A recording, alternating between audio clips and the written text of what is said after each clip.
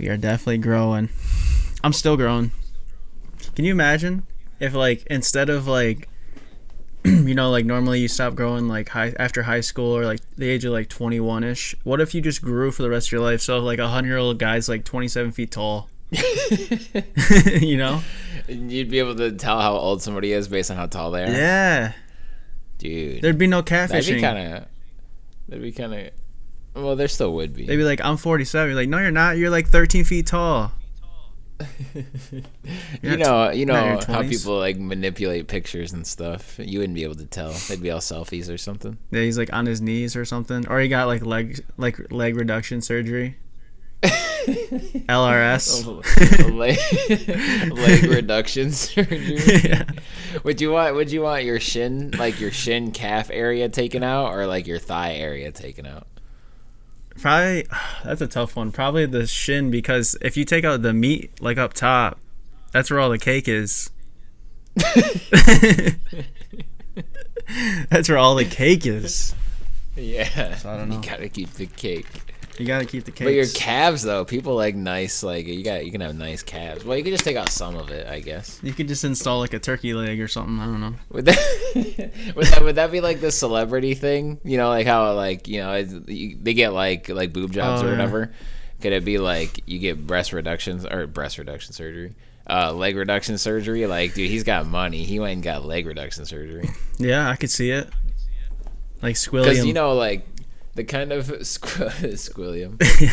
It's like the kind of society we live in today.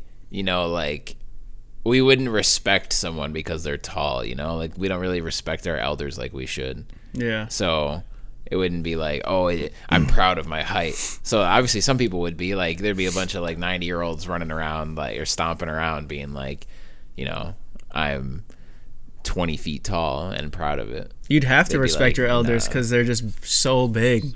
Like they're gonna whoop your ass. Squish you. Yeah. Dude, the world would have to be so different because like everything would have to everything would have to accommodate somebody being that tall. Yeah, that's how. Well, they could have doors and buildings. Yeah, like for a club, you'd have to be like 6'4" to enter, or else you're too young, obviously. Oh yeah, dude, you must be this tall to enter this club. Not a bad idea. Let's start working it's on an it. idea. Like we can implement this. Let's start working on it. You know what's crazy too is I've never ever in my life thought about that, but I was just thinking about it. I don't think anyone in the history has thought about that.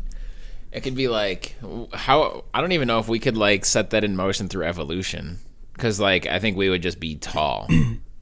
Like if we're like, all right, all the tall people just gotta start fucking, then like everybody would just be tall. Then they would still stop growing. You could have like Elon Musk create some type of like a rubber band type elasticity to like put in your bones to make them grow. I don't know. Oh yeah, and it just forever expands. Yeah, it's way above my my knowledge level. Pay grade. It's probably well above everyone's knowledge level, to be honest. Yeah, because it's not a thing. Yeah, true. Well, maybe it's not a thing because this is the first time it's been thought of. Maybe like just the right people need to get the idea and put it in motion. Would we even want this idea? Yeah, like, can you imagine me going to Shark Tank and like, all right, guys, hear me out. Mark Cuban, please hear me out. Hear me out, brother. Hear me out, Cube. Yeah. I just call him Cube. I don't think you can refer to Mark Cuban as brother. He's the Messiah. He's like Lord or something. Yeah, he's like the what would it call? Messiah, Macuba. Macuba. That kind of sounds like his name, Mark Cuban. Macuba sounds like some type of barbecued pork or something that you eat, like on a stick. Have you ever had a shish kebab? Yes, I have had a shish kebab. I don't remember everything that was on it though. That can be really chicken good. Shish kebab though. Yeah, they'll put like chicken, onions, like grilled onions, grilled peppers. Super good. Possibly multiple kinds of meat. Yeah, sometimes they'll do chicken, steak pork. Yeah. Or I don't know. I'm trying to think of what else I've seen them. But I haven't had a shish kebab. I don't know if I've had one. I haven't had one in like years. Yeah, mine. It was a long time ago. I think it was I don't know. It was a long time ago. It's weird how like food like that comes about. Like who was the guy that was just like, what if we take this chicken and take these veggies and put a stick through it and then serve it? Like, as someone that's been trying to eat healthy for the past week, I could definitely see that being a thing. Because it's like, I want some of this chicken, but I don't want to eat a big whole portion of it. But I can't just eat chicken, so let me make this like baked potato too and throw that on there. But I don't want just bland chicken, even though it's healthier. I need a little bit of flavor. So let me try to like marinate it in some like honey teriyaki or something. And then, so I could see how you just kind of like throw it together. Yeah. And then next thing you know, you got a shish kebab. Don't you feel like eventually though, like everything's been done? Like we've had this conversation before. Like when you look on the internet or like content, pretty much everything's been done or a version of something. Like food wise, like all the food we have, the ingredients, the different types of elements. Like we try to cook stuff differently. Like what's next? Like everything I feel like has been cooked. Like they just try new stuff now. Yeah, well, yeah, exactly. Like we're not gonna just start eating like a new animal or something. It would have to be a mixture. Like 100 years ago, Mountain Dew didn't exist. So it could be like, well, we just have this now. Someone created the pizza or whatever. So it could still be, we got new foods. But now you're right. Now it seems like it's just a different variation of everything. Like, oh, there's a new flavor of Dorito. Or, oh, there's a new this, that, and the other thing. Yeah, I could see how they like, because how like they'll make like the same Mountain Dew, but like say they make the new one and it's a new and improved formula always. It's never like, I don't know. I don't feel like it's ever just a brand new thing. It's always like an improvement of like what it used to be. Yeah.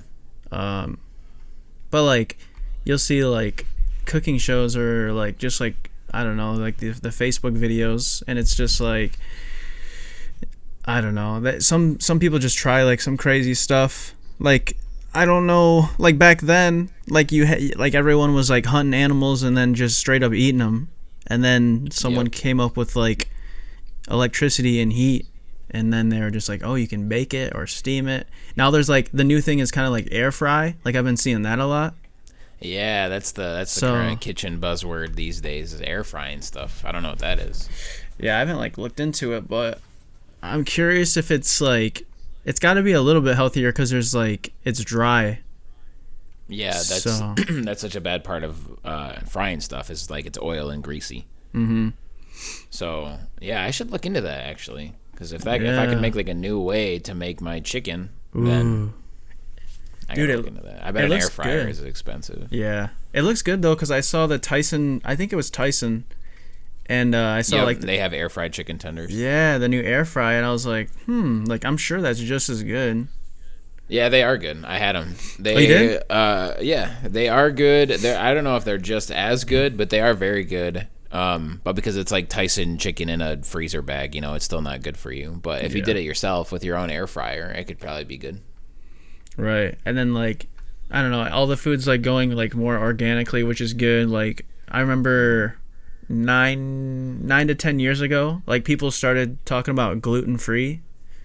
Yep. And now it's kind of just a norm almost. Yep. Like it's getting more normalized. So like people are getting like gluten free pizza or gluten free like bagels. I mean, it's really big in LA, the gluten thing. Bet.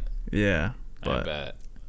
That's where the money's at, so like it makes sense. Like electric cars are there, Uber's more like relevant. So Google Fiber is there. Yeah, man, Michigan needs to catch up. Yeah, man. The thing that sucks about LA though, the reason I don't think I would ever live in LA is because of the traffic. Like the cost of living is like a huge reason, but like the traffic, like I can't stand traffic. Like even going in big cities in Michigan, like you always try to avoid those times because you just know. Yeah, there's just way too many people. I can't Yeah. imagine. Like, I hate when I go to the store now and there's like 3 people ahead of me in line. I hate that shit. So if I was in LA, you'd have to wait. You'd probably have to wait to do everything. You have to wait to get there. Parking is probably a nightmare. It's just being in line for. I guarantee there's a line at everything at all times in LA. That sounds terrible. And then, oh yeah, when I went to Cali, one of the things was you have to pay for your bags. Like, you don't even get free bags. Oh yeah, it's it's like 10 or 15 cents a bag. Yeah, it was like the weirdest thing. I was confused. I was like, wait, am I getting punked? Like, what's going on here? Yeah. But yeah, like, I was gonna say, I don't know, just like the cost of living and then like traffic. But I don't know. I really want a Tesla. But Oh yeah, a Tesla. That'd be nice. yeah, That's They're not- some big boy money. I know it's not like a super rich person's car, but it's a couple steps up from where I'm at right now. yeah, for sure. Like when I asked, but like there's people that spend 50,000 on trucks all day in Michigan. So like, Oh yeah, one of the cheapest Tesla for 28 grand. That's really not that bad at all. that actually is really good. You can get like the new Ford Focuses are like 20 grand. Yeah. So 28 for a Tesla. Play Yeah. Cuphead in your car on the way to work. I know, dude. I really want a Tesla, like really bad. Yeah, yeah. They look great. Yeah, like Sony at CES, Sony unveiled a new like Tesla kind of car. Really? Yeah. I don't think they're planning on getting into the car market. Like it might be for like something else. Like I don't think you're gonna be able to go out and buy like a Sony car. It might be more for like investors to sell to like other companies or something. I don't know, but it looks really sleek and it's all technologied out, man. Dude, yeah. Sitting in like something like that and going back to my car is just like, am I even on the same planet or like the same century? Yeah. Like it feels, it's crazy. Yeah. Like it's really cool to see like the advancements. Like it's like, honestly, when you are playing, say like you're playing a video game or like you're in a car, noticing like those little things that like the game devs or like the engineers put into the car are like the biggest like improvements. Yep. Like it's always the little things that like mean the most, I feel like. Yeah, that's something I've never done. I've never sat in like a really fancy car before. The nicest car, I don't even remember what kind of car it was, but my stepdad bought a pretty nice car for like a year when I was a kid, but it wasn't like, a rich people car. It was just like a nice car. But yeah, I've never like went to a store and sat in a Lamborghini or a Tesla or anything like that.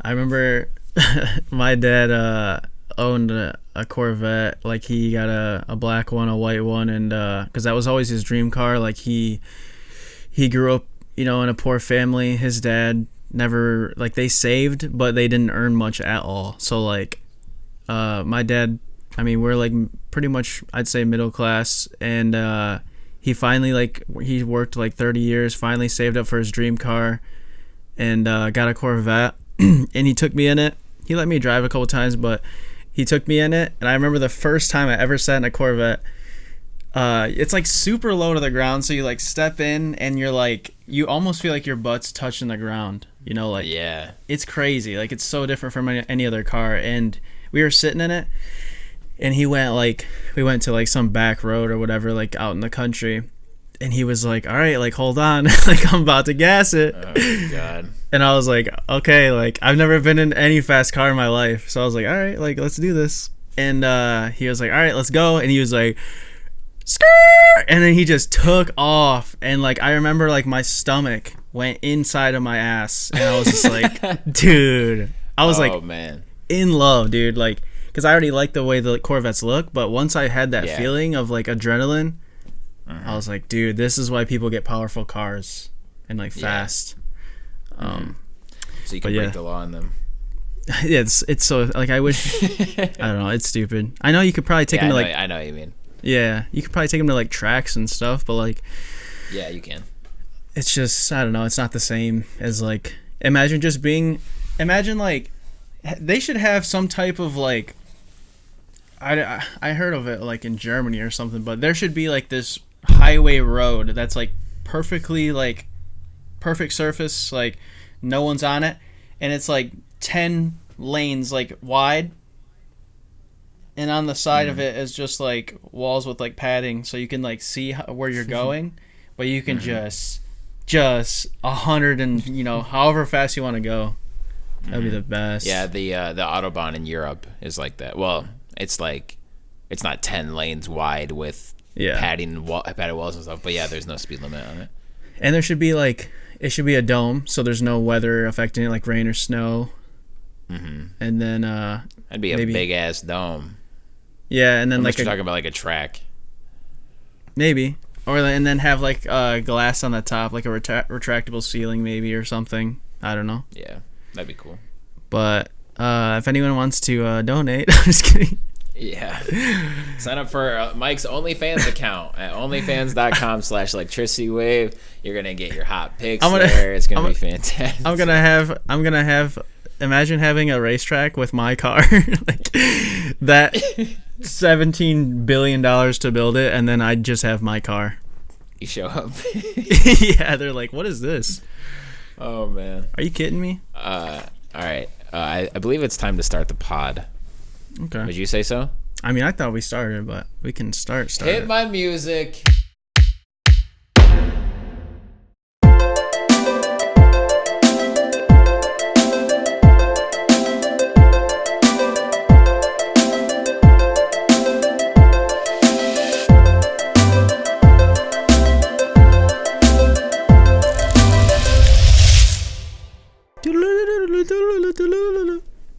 That's my version. All right, welcome in, everybody. 20 minutes in almost. This is Chillin' for Our Lives, episode 14. 14, right? It's not 13. 14, yeah. It is. Yeah, there we go. It is episode 14, coming at you hot. We have a guest today. We do. The first guest of 2020. First guest of 2020. We haven't had a guest in over a decade, so we figured we would get you guys one today, man. So you want to tell the people? You want me to just so you don't have to do the full intro because we're gonna get to that. We're gonna do it a little differently. Obviously he's not here with us right now, so we're just gonna do the beginning here like this, and then we're gonna just bloop super hard cut into the interview, and then bloop super hard cut out of the interview, and then we'll wrap up the episode after that. Do you want me to do a just a soft introduction of who he is?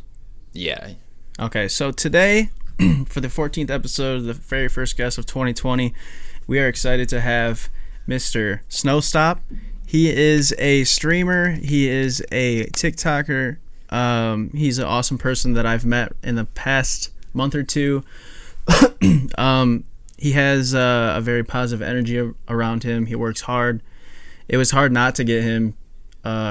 Once I saw him and I met him, I was like, this is someone that we have to have on the podcast. I think a lot of people will be excited to get to know more about him because, like we've said, you see streamers, you see them on your mobile device, you see them on your PC, your TV, whatever you watch the streams on, and you see that personality.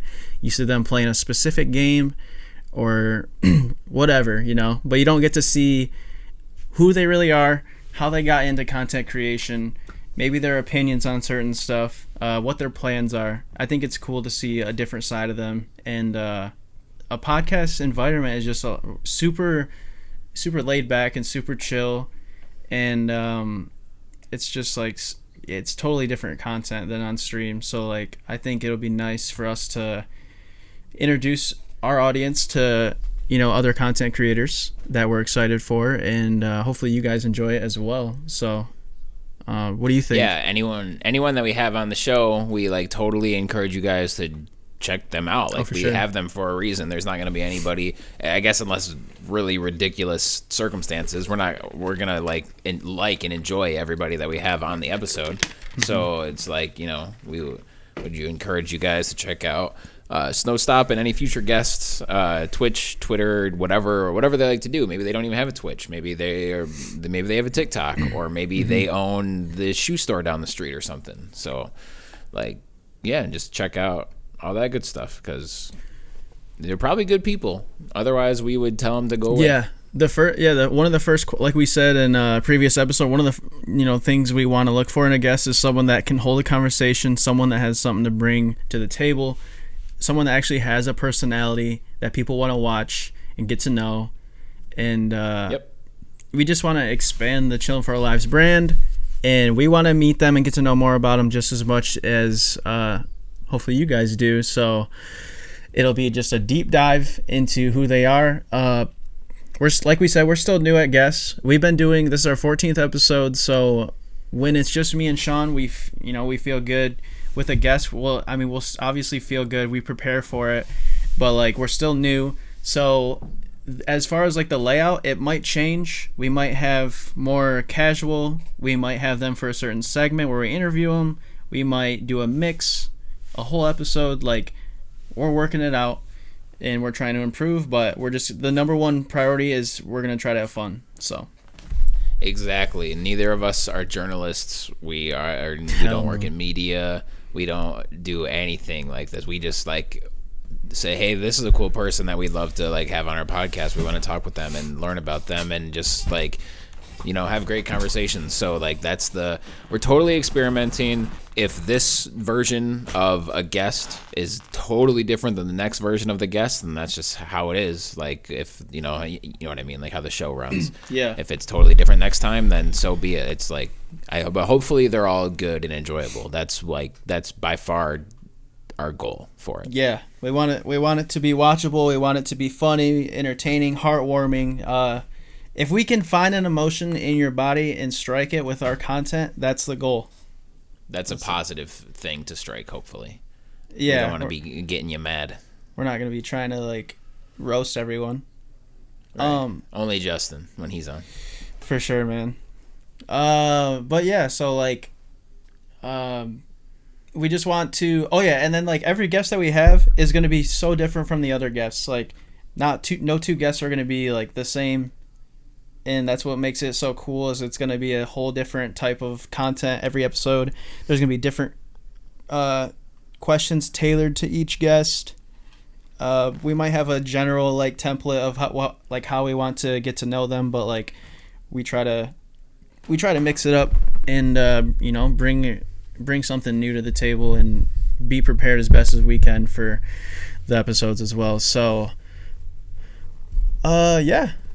That's pretty much... I think for those of you that are here because of SnowStop, thank you. And I guess we've kept you waiting long enough, and hopefully you enjoyed these first little 20 minutes of us just chilling for our lives, basically. And for the people that are new, we did forget this week, but we forgot to introduce ourselves. I am Mike, and I go by ElectricityWave. And I'm Sean. I go by Stadium, kind of. So... Yeah. Mostly Sean, probably. Mostly Sean, definitely. For the podcast, at least, yeah. Yeah, on the podcast. Definitely on the podcast. So, yeah, here's SnowStop. And enjoy. And we will be back afterwards to wrap up the show and do what we always do. All right, today, guys, we have Mr. SnowStop. He is known as a positive, motivating streamer, relatable TikToker. We are very excited to have him. He's our first guest of 2020. And we're excited to get to know a little bit more about him. How are you guys doing today? Doing great. I didn't know I was the first of 2020. Yo, that's an honor. Appreciate that. Whoa. Woo! No problem, brother. Oh, yeah. This is a coming surprise. in hot with the new year. Oh, yeah. We gotta come in hot. Gotta come in hot. How are you doing today? We're with Sean, by the way, so we don't forget about him. But we're with Sean today. Oh, you can't don't worry. They can't won't forget about me. We can't forget about those long locks. They might actually. Those long locks. They might. All right. So my first question to you is, what got you into content creation? What was like the first? Because I feel like we all have that moment where we're just like, ooh, like this is something I want to do. It looks interesting. It looks like something that I could dive into. Like, what was that first moment for you? For me, SnowStop. I just interview Sean the whole time. I'm like, no, I was interviewing Sean, my co-host. No, I got you, brother. Nah, SnowStop. I taught you, bro. Oh, okay. You, brother. Okay. Mine's a really unique story. I'm really proud of it because I'm so young and I grew up when the industry started changing. But for me, mine is a little bit more of a wholesome story of me. My first time in high school, I sat in a classroom and we were forced to watch a TV show our school put on. I was like, wait, our high school has a TV show? And ever since then, my goal was to be on that TV show. I was like, yes. Little freshman SnowStop wanted to be on that TV show because in between school announcements, they would play comedy skits. I was like, I could be a cool kid. I could be a cool kid making people laugh. But, so then sophomore year, I committed to doing that. And and then I was terrible at it. Absolutely terrible. Worst person in the class. And so I was, instead of crying, I went to YouTube. Or I cried and made YouTube videos. He's like, I did both. I practiced anyway, yeah. So that's my start. And then, like, once you looked into YouTube, so you started making videos on YouTube, or what happened from there? I was inspired by Gold Glove, K-Wire Speedy, nice. The Deluxe 4, Sidearms. They're known as the crew, well, except for Gold Glove. But it's like, I just wanted to be like them. That's really how I started it. I wanted to be like my favorite YouTubers that I watched at the time. That helped me start editing. Like I didn't have a recording. It started with a little laptop that wasn't powerful enough for an Elgato. So I did everything based off the PlayStation 4 and just recorded from there and streamed from there. And I was already ahead of the game. I would stream my content and then take it and put it on YouTube and edit it down. I was doing both. I was like, yes, I was ahead of the game. No, wait, what? Did you use the Share Factory app on PS4 ever? No, I actually didn't. I don't remember. I think eventually I got a recording device. I never knew how to use Share Factory ever. So respect to anyone listening to this that uses Share Factory. You guys are crazy good content creators. That's dedication. I remember that. Yeah, Share Factory is actually kind of legit for like a home, like on console video editing software. It's actually pretty good. Like I'm not like well versed in it or anything, but like it's pretty impressive. I gotta be honest. What year did you start making those videos? You said that was your sophomore year or freshman year? Sophomore year, because I remember that was my birthday money in sophomore year I used for an Elgato. So immediately in sophomore year, like my birthday's in January, so it's like, okay, it's the middle of the year. I'm gonna start a YouTube channel because now I have an Elgato, and what year is that? That's like 2015 ish.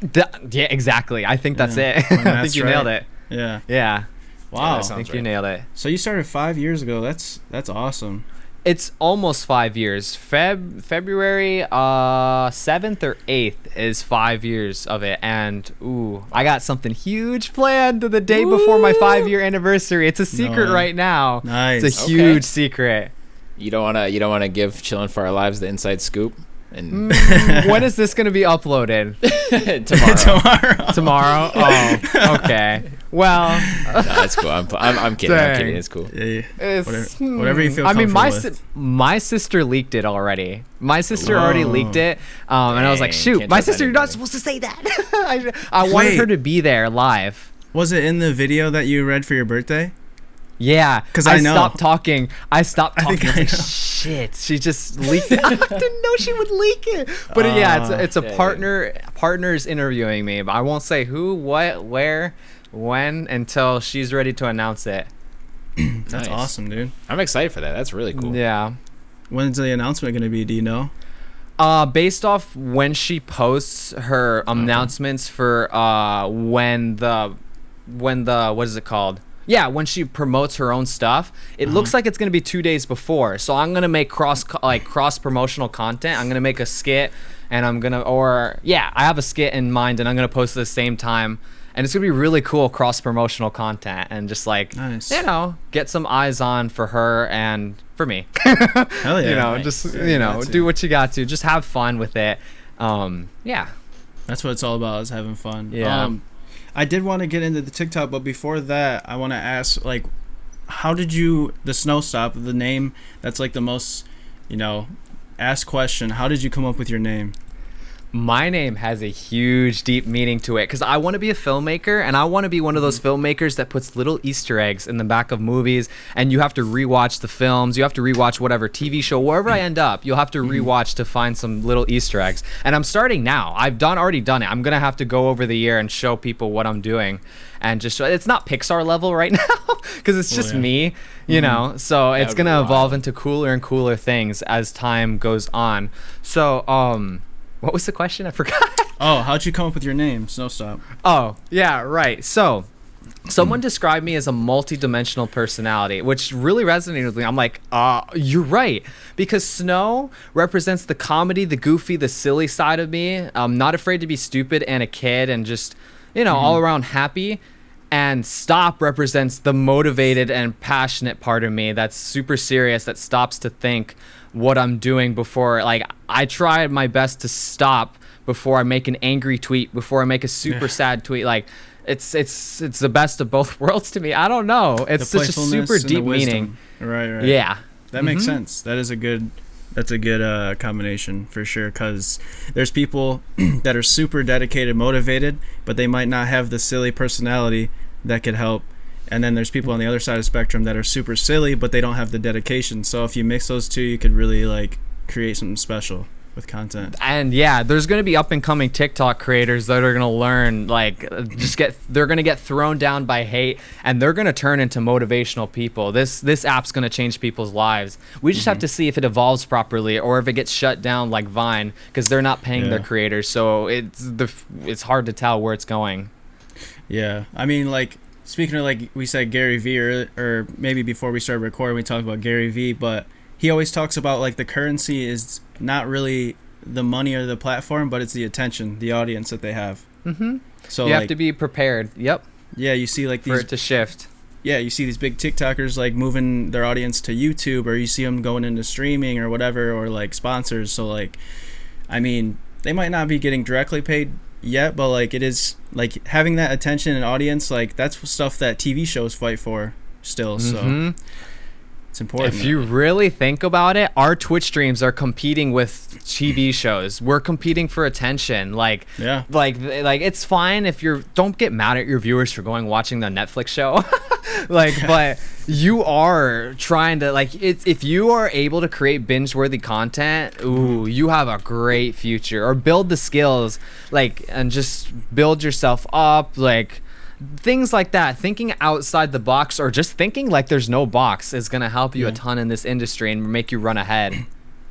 Yeah, I think a lot of people are so hard on themselves, especially content creators, you know, like you said, like, building the skills is literally half the battle, maybe more than that, maybe 90% of the battle. Like, you see Markiplier, you see PewDiePie, you see Dashy, you see all these these people and the big streamers. They've been doing it for 8 to 10 years. Like, that takes so much repetition and consistency to build up that type of skill, to, like, have the presence on camera.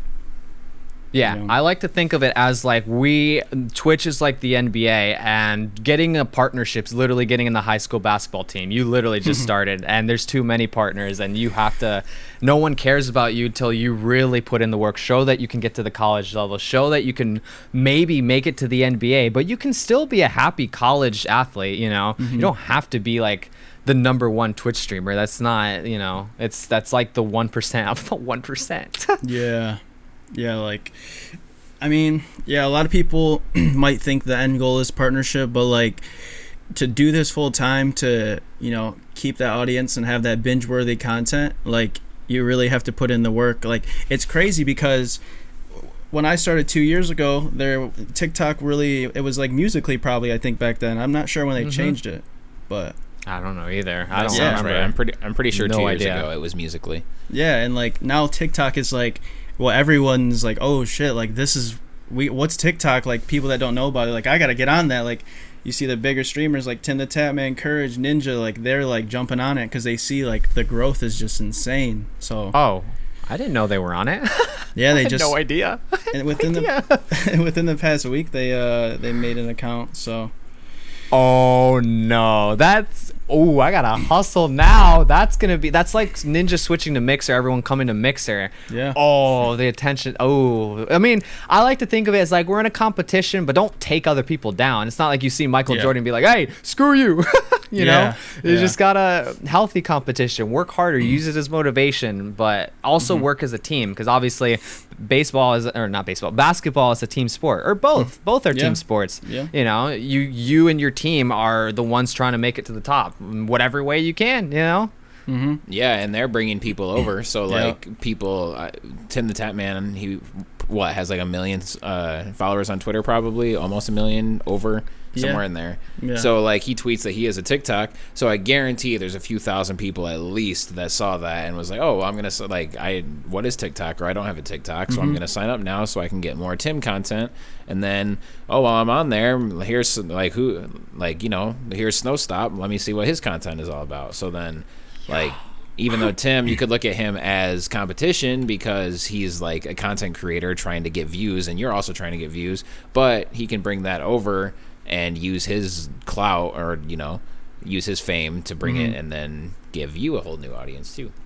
You guys blew my mind. Yeah, exactly. Holy, it's just my motto is like, I'm focusing on myself. I'm just running, staying in my own lane, building my own skills, because a lot of people regret in their 20s not building skills. And a lot of streamers are going to start regretting not editing videos. That is going to be a requirement in 2020 Twitch. You have to know how to edit, or at least get Photoshop or some free Photoshop like Canva, and start designing little advertisements. I found amazing Twitch streamers just because their Mario Kart stream advertisement was really cool on Twitter. Like, they put their faces over Mario Kart characters, and that's simple. That's it. I found amazing people because of that, you know? Yeah, that type of stuff is huge. Like, not even, okay, so like you said, like, knowing the skill, it's great to have, because people will be like, well, I don't have time, like, editing's too time consuming. Well, it's not, you don't have to edit for 4 hours a day. It might just be a little clip that you know how to edit, or knowing what goes into it, so you can find someone who gives the right price, because you know how much exact time goes into it. It's more of just like the knowledge of the skill is what helps you, Yeah. I'm like happy. I'd be happy if TikTok failed, because I'll be like, okay, I just learned a bunch of editing skills, and the next vertical app, I can do it. Or IGTV, I could edit for IGTV instead of YouTube. I don't know, man. There's so much opportunity. Yeah. I'm glad you mentioned like Photoshop and stuff too, because like right when I started streaming, I learned about Canva, and then I recently learned a little bit about, it's called Photopea. It's a free Photoshop online. It's like in a browser. Yeah, I use it for like advertisements and stuff now, or if I want to make a quick panel. Like, it's nice to know that. So that stuff is like super vital, because like you said, it could draw new people, because like instead of just saying like, oh, I'm going live, link, or a random GIF, you can design something that stands out.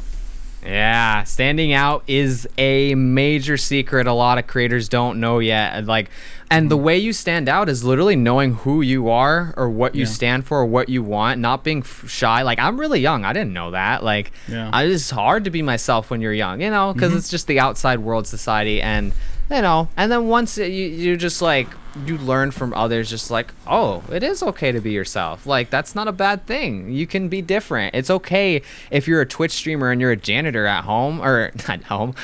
If you're a janitor somewhere. We all are our own janitors, honestly. Yeah, we are. But it's like, it's fine. You work at McDonald's. That's amazing. Let us know about your outside world. You are more than just a Twitch streamer. People love more depth, and the reason behind you, or your story, your backstory. Exactly. It's what like shapes you, your experiences as a kid growing up, your view on things, your perspective. Like, it's what makes you interesting. It makes you different. Like, I think I see so many people, I used to see this all the time, but so many people want to copy tweets or copy what someone else is doing. Like, they don't realize how interesting they really are. It takes other people's perspectives to realize that. Like, for me, I'm literally pulling in the worlds of filmmaking, the worlds of business books, and my like interest in baseball, basketball, and like motivation. I'm mixing all of those to form me. First, it's me, and then everything in my heart I put out as content, and it's like, yeah, it's fun. It's what I enjoy, and it's extra content while the next TikTok is ready to post. So yeah, and the more that you're you, the easier it is for you to just keep doing it, because if you keep trying to be not you, then, or if you try to like be somebody else, then eventually like you're not going to grow, or you're not going to develop the skill or just develop the knowledge of who you are, so you'll be able to just put your own twist on everything.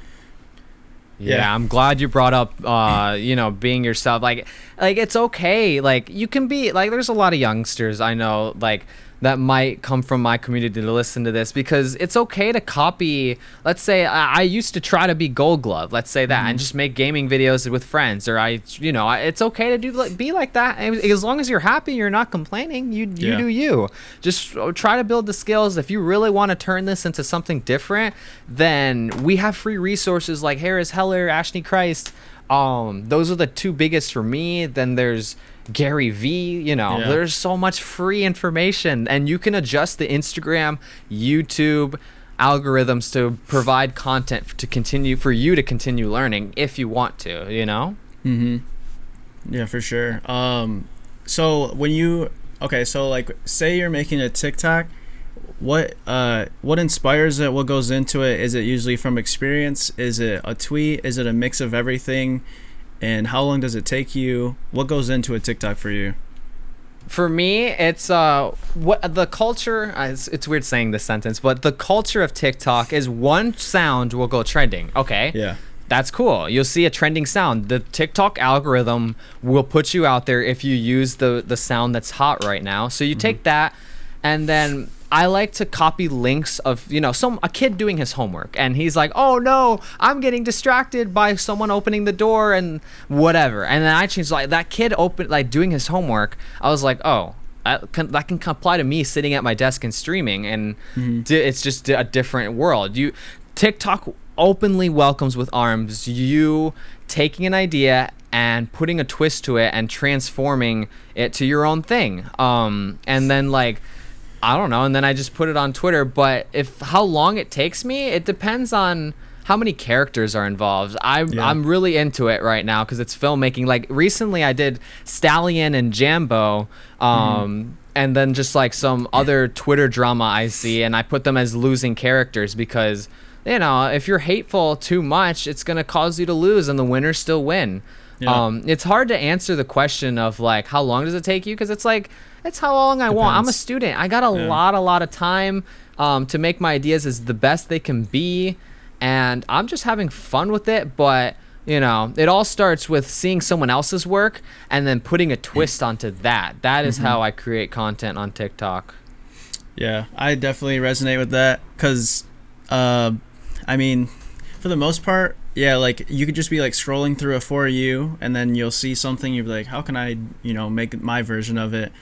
Or I'll have like some random stupid idea because I just think about what's funny or what's stupid. And then sometimes, like, I try to tell people, like, they're like, well, I don't have any ideas, or how did you come up with that? I'm like, well, think about all the funny ideas or stupid little jokes you have with your friends or stuff you think about. That's a TikTok in that simple little idea. Like, as you start to film it and you're like, all right, I'm gonna film this, like my mind's set, I'm ready. Once you click recording, you can change it up, you can add stuff, and then eventually you'll figure out like what makes the best video, and then there you go. Yeah. Oh yeah, that's like if you want to learn how to create content for any social media, consume it. Like take 5 hours and really analyze it, or get someone's help. Be like, hey, how does this work? Because Twitter's a witty platform. Instagram is very like you have to look good, picture perfect. TikTok, it's a wild west. You can be anything on TikTok. It's literally, it blew up so fast. There's so much attention. And anything works on TikTok. Because content creation is an art, and you find what works for you. How'd you find out about TikTok? How did I find about? That's a good question. Yeah, Gary V. I remember. My friend tagged me in a picture that said, remember how Facebook was for college students, Instagram was for photographers, LinkedIn was just for job searching. Don't let TikTok be next if you're a content creator. It's always, everything new is going to be judged so harshly because it's sometimes the negative voices are the loudest, and falling with the negativity, you'll be like, whatever, it's missed opportunity. You got to explore it. Like it's kind of like just sitting at a table with the weird kids in high school. Sit down and get to know them. Stop bullying them. They're good people too. You don't need to judge them. Like, that's, I don't know. That came out of nowhere, but I'm glad I said that. It's true though. That was well said. Yeah, it's true. Like, I remember last summer, like, you saw like people retweet or like they'd quote tweet it and they'd be like, look at this TikTok, and I would just, like, the whole notion about TikTok was like, dude, what is this app? Why, like, it seems like kind of cringy, or like the videos that people are taking from it and posting are just, I'm just like, it looks like it's for little kids. And then you hear Gary Vee talk about it, and he's like, he just keeps saying it and saying it. He's like, guys, like, if you want to grow, you need to download this app. And I remember I heard him and I was like, all right, I'll download it. I'll make an account just so I have ElectricityWave. But I was like, I don't know, man. Like, it's tough because, like, what I see on there is not anything that I would want to make. And then sure enough, it started to develop and change into, now everyone's like trying to, like, I bet 6 months from now, everyone's going to have one, you know? Yeah. So. I'm glad you brought this up. You just gave me something. Okay, so it's like, the creators at the top always have different content from creators at the bottom. It's always like, because this generation of Twitch streaming are gamers, esports players. But if Twitch evolves properly and changes to expand their content even more, those dancing streamers, those streamers that paint, those streamers that DJ, those streamers that make films on live, those streamers that do something interesting that's not video games are going to be the next generation of streamers we look up to. Yeah. And we can do whatever it takes to become that part of next generation if we want to, and find out what works for us. We're not scared to try our ideas. You know, as long as you're making content that doesn't hurt others, I fully will support you, you know? That's the hardest, like, thing ever for any, like, content creator starting out. They don't know, you don't know what kind of content you want to do. You don't know who you are as a content creator. A lot of times you're younger. I mean, I started when I was 24, and, like, I was just like, I know I want to be a content creator, but I don't know exactly what. And, you know, from trial and error, like Gary Vee says, he says, just keep tasting stuff, keep trying, and eventually you kind of shape your own content. You gain that experience, you gain the knowledge, you gain the networking, you know, the friendships, and then you kind of feel it out. You're like, oh, like, I'm good at podcasting, or I'm good at filmmaking, or I'm good at music. You know, you try to find that niche, and eventually it should work out if you keep trying. And don't be afraid to mix your niches all into really powerful content. Because for me, it's like, you know what? I'm going to look at TikTok as what if this platform evolves and I'm one of the first filmmakers that makes, like, really cool stuff. I'm not, by the way. I'm just making Twitch comedy, but I'm putting characters. I'm writing little scripts. I'm making sure my ideas don't cross the line. Yeah. Like I'm asking people, like, what do you think of this? I'm reaching out to people. Like, I'm going to reach out to, let's say, I think her name's Delightful Danny, I think is her rebrand. I want to ask her, is it okay to make this script? And if she loves it, go, I do it, you know? Like, I'm practicing filmmaking in my little own world, because you can treat TikTok as what you want, you know? It's like, go ahead, dance. I don't care. You're not hurting anyone by dancing. I don't mind. If you wanna post your Twitch clips, that's a little rough, because people will scroll past that, because they probably got away from Instagram because of the unique content on TikTok, and it's like, you know. But there are gaming creators that put literally their gameplay, but they probably started really early, like really early, when it was just a dancing app. So it's gonna be hard to make that content work, because it's just everything's moving so fast. Yeah. And like you said, like, it's good to be a pioneer for something. Like, so, like, Sean does, like, music and stuff, so, like, maybe, you know, posting music, like, beats and stuff, like, you start to see that. And then someone that starts from the beginning when no one's really doing it, you know, you might gain that audience and stick out because it's different and unique. Yeah. There was a rapper, don't quote me on, it might be French Montana, but I think he had something blow up on TikTok. Like, really? So that was the first I heard of something like that, where like he had a new song. I don't know if he premiered the song on TikTok or what he did with it, but he gained like a lot of traction from the song through TikTok. So like just being able to figure out a new platform and use it to your advantage no matter what the heck you do, like that's huge. Yeah, I just saw Justin Bieber posted his new. I mean, he is obviously Justin Bieber, but like anyone can get growth, you know, like the generation of like 15 and younger didn't grow up during his baby, like with Ludacris songs like that. They must have been like learning to walk. I don't even know like when that came out, but it wasn't that long ago. How long ago? It was like 10 years. Yeah, it was like 10 years ago actually. So they're like 5ish. But like yeah, so like he posts his new song and then people they create a dance or a trend about, you know, around it, and then like you can really grow your music career from that one song hitting. Yeah, that's what Gary Vee pushes to his rappers. You're one idea away from your life changing. And it can kind of be true for Twitter. You can see American Dad just getting retweeted and retweeted. He probably was like, oh, okay, this works. you know? And then that's the same for me. I was like, oh, I didn't know streamer comedy would work on TikTok. Let me keep doing it, you know? I was like, I was just being myself because I live and breathe Twitch. And I was just like, okay, I'm not a relatable person. I could not be relatable to the average person. Like, let's say we're sitting in a classroom. I can't be relatable. I've noticed that. My mods have told me that. And I've grown and developed. And like, okay, I have this self-awareness, which is vital to have self-awareness. And I'm like, okay, but what if I did Twitch relatable like content? And it changed for me. It's just that one idea after nearly 5 years of just enjoying your journey, you know?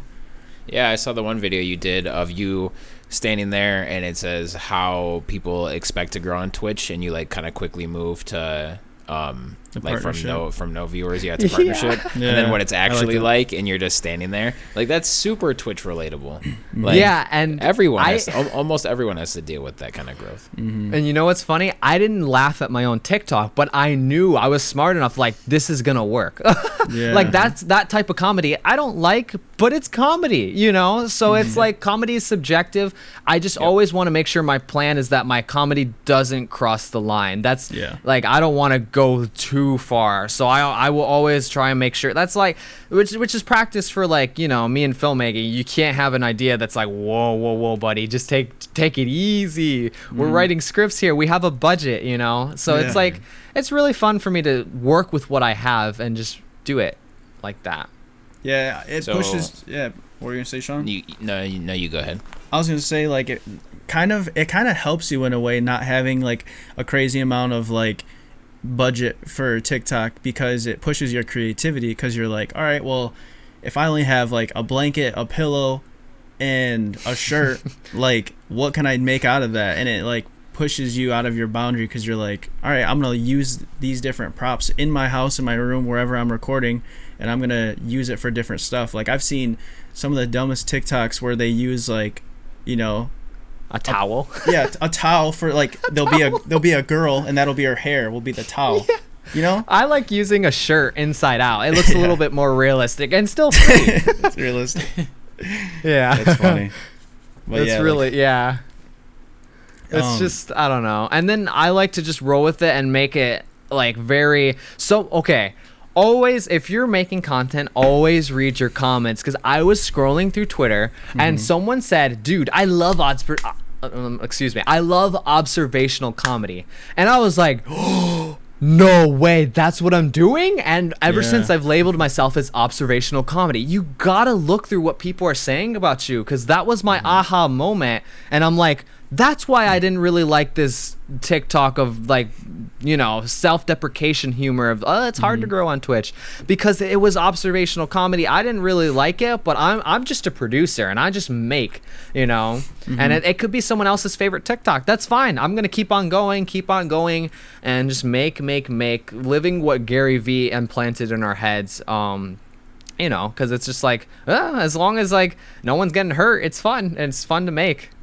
Yeah, and like not every idea is going to be a gold mine or a diamond. So like as long as you're putting in the effort. I mean, how many times have you made a video and put it in your drafts? And how many times do you usually post it, or you put it in your drafts? If you're like, this is okay, I don't know.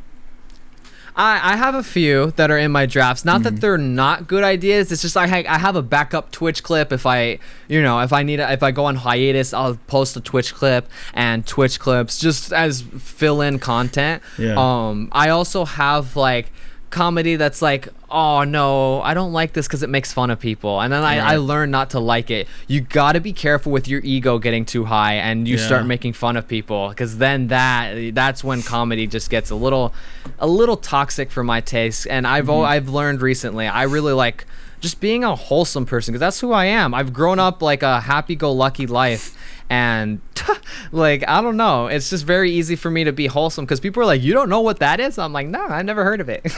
That's just who I am and how I figured out how to connect my inner puzzle.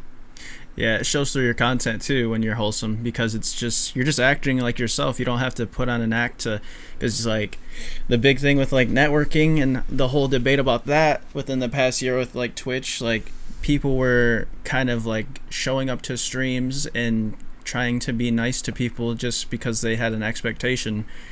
But like when you're just around people you want to be, you'd make the content you want to, it comes out way more truthful and natural, and people can consume it because they're just like, oh, like he's just being himself. Yeah, for all of 2019, I did not like I didn't network. I was like, it's hard to find streamers that I really vibe with. Like, I'm like, but I kept looking, and I'm now joining Discords. Like, I'm now finding motivated people, positive people, and I'm just like, yes. It took me so long to find those types of people. I've never been active on Discord, but now I'm flying through their communities. Even if I can't like talk to everyone, so I just provide value in their Discord. Like, hey, here's a motivational quote, and if it helps someone, cool. Like, it's just a fun thing I've been doing. Like, literally today and recently, I'm like, oh, I could just, because I like screenshotting motivational quotes, keep them on my phone, but why not share it on Discord? Maybe people resonate it with it, and I don't know. You just find what makes like you happy, and you're helping people, and it's like, let's go. It's full circle. We keep going, and you're just being yourself, and you roll faster that way. That's hilarious. And someone might like eventually learn, or like they'll grow to like look forward to that. Like they'll be checking Discord, like, oh, SnowStop, let's see if he posted a quote today. So like it could just be any cool thing I've like never that. thought of it that way. They might need that pickup. Yeah, that's funny too, because like I would post motivational quotes in my Discord and stuff too. So that's funny that you said you did that. It must be that Gary V effect. Yeah, I put it in my Discord, but no one sees it, so I'm like, shoot, here, let me do it on other Discords, like, just like whatever, like I just put it, and I put it in someone's. I couldn't find a motivational channel in Melvilus's Discord, and one of her tier 3s are like, oh, just put it in the main chat, and I put it there, and someone was like, oh, that's super helpful. I was like, yeah, I love it. It's because I don't know how to do small talk. I'm not good with that. I love deep, meaningful conversation. I love it. So I want to, like, for me to, I guess, to cut to the chase, I just put a motivational quote and like, see ya. But it's just a fun thing to do, because it's like, I don't know, it'll cross paths with the right person at the right time, kind of like how Gary does it. Like, he'll make the same video like over and over, same advice, because one piece of content can change how someone's perspective at the right timing. Yeah, it's really crazy how words, organized in a certain way can make you motivated or make you feel some type of way. Like, it's really crazy how our brains work and how we react to it. Like, something, I probably could have seen something that Gary Vee said, or like something that Gary Vee said, I could have seen something very similar in a quote, but it's the passion that he uses and the way he delivers it. It just like hits you. It hits home sometimes. And resonates with it. Like, people will go into religion and they'll follow that very similar message. It's however you consume it. It's just like whatever. Like, it's a very similar message, but the way you consume it is like, I don't know. It just it fills you in differently, and it's just just whatever makes you happy. Yeah, exactly. Speaking of goals, for 2020, everyone has their like new year, new me type of thing. Some people might not talk about their goals. Some people might. Some people have number goals. Some people, just do their own thing. Do you have any specific plans for 2020, or like how do you what do you think of the new year? Do you want to improve on stuff? Is it just another year? Oh yeah, I'm always improving. I actually my lock screen on my phone, I'm showing it to the camera, are my goals. That's so awesome. it's like I use my phone. The lock screen is my favorite Gary Vee quote, and the home screen when you open the phone is my goals for 2020. And I put it out on Twitter because it makes me feel accountable. I'm like, hey Twitter, in February I'm putting a movie trailer, and now I have to do it, which is great because that's just like it gets me motivated. This weekend I have a filming location I'm gonna start. I already started storyboarding in class because I don't care.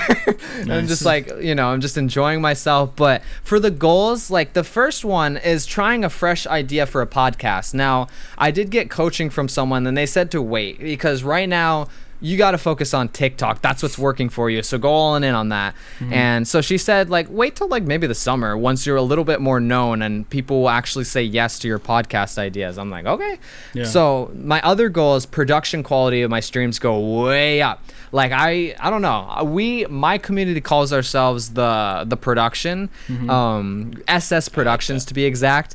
And it's like, dude, it's so great because it's like, they're understanding that streaming is a hobby to me now, and like every time I go live I'm testing new special effects and I'm gonna evolve the stream over time, and every time I go live people are gonna be like, wow, what is this Twitch stream? Like one very lucky thing, a random Twitch partner was like, what does a small streamer do? And just chatting, he saw that I had a 3D chat in the background, and he saw I was just playing with my dog and just being a dumb person. He's like, all right, I know this guy from TikTok, let's give him a raid. He looks like, I caught his attention with a 3D chat in the background on a green screen. I know little things to make yourself stand out will get you to get people to raid, because I can't just expect, oh, you see my TikToks, raid me. You still have to work hard. Like you really got to put in the work. And then the next one to help me with my movie trailer is start learning After Effects to take my editing to the next level. Now that's going to help me with TikTok because it's 1 minute or less. So it takes hours and hours and hours for After Effects editing. So I'll start with TikTok, see how the ideas evolve, and then bring those edits to, and just build my skills for movie trailers and anywhere I go and film. And be like, oh, I know all these skill sets. And a guy will be like, wait, what? How do you know so much? I'm like, I don't know. I like what I'm doing. And then hired on the spot. Let's go. Whatever. You never know your future. Would you be open to music videos?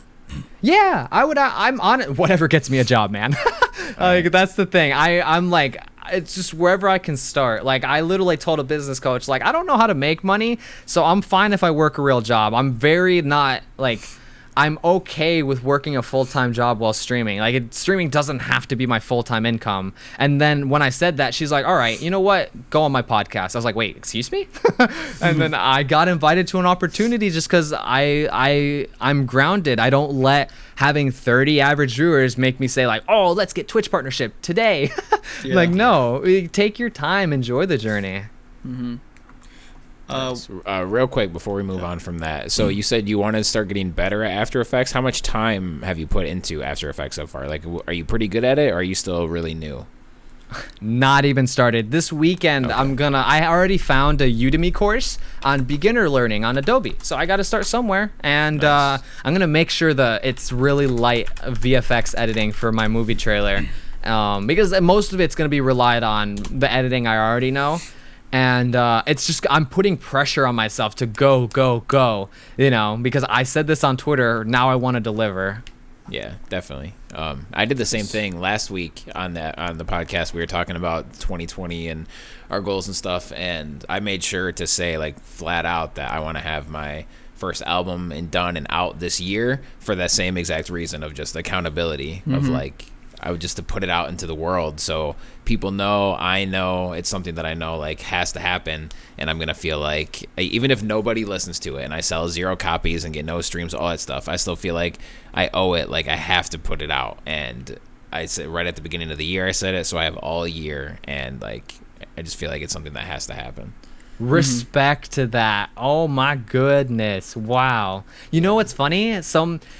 today in class we introduced ourselves, and today's the first time I was confident enough to say like I'm a filmmaker, editor, stand-up comedy on Twitch, and I said all this, and the filmmakers in class all rose up like at the end of class, and we all networked. I was like, wait, what? Damn, we're in a U.S. government class. I didn't think this was gonna happen, and now I have new connections because I wasn't afraid to be myself. Like you never know where you are if you're just being a genuine person. Someone's listening, and they'll be like, let me help this kid. Because in the Marvel movies, if you've seen Captain America's origin story, he was telling his best friend, like, oh, I'll be in the U.S. military even if I'm too small. Don't you worry. And a doctor was listening behind him. And the doctor's like, come here, kid. Let me see what we can do. And that's Captain America's journey into the military. It's so crazy. I don't know. I just really like analyzing movies because it tells life stories, but in a magical way. Like pushing yourself out of your comfort zone is like one of the most important things to growth. Like, say, like when you start out, if you know, trying new types of content, trying new platforms, trying a new idea, even if it fails, you learn from it. You learn how to adjust, how to fix it.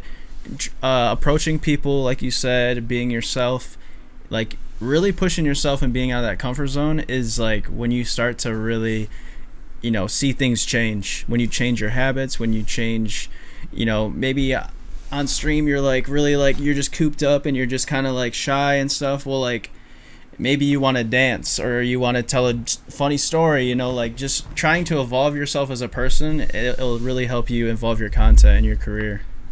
Yeah, I'm gonna full-heartedly say this now for a lot of creators. If you want to make good content, look in your heart first. Like it's like it's from the inside out, and it's like, I don't know, that was a huge key unlock for me when I just thought that in my head. I was like, that's it. That's it. I'm brilliant.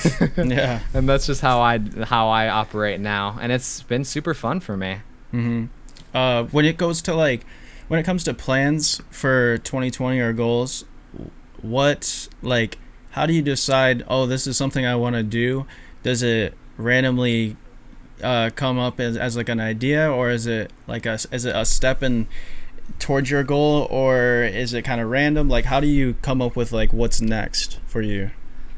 I just try and think about what inspires me. That's the thing, because I started on YouTube by being inspired by a gaming YouTuber or streamer, and now for me, I'm like, wow, these amazing VFX artists are popping on on TikTok, and I'm like, you know what? Now's a great time to start learning VFX, like I've always wanted to, but I've never had the platform to do it. I've never had the attention. Like, how am I gonna spend 2 days of editing on a video that gets 10 views? You know how heartbreaking that is? Like, no, I wasn't ready, and now I'm ready. No matter what the view count will be, I'm building skills, and I choose it because my life path is like mostly filmmaking and combining Twitch and all these other things and just getting attention, and like that's just how I like to operate now.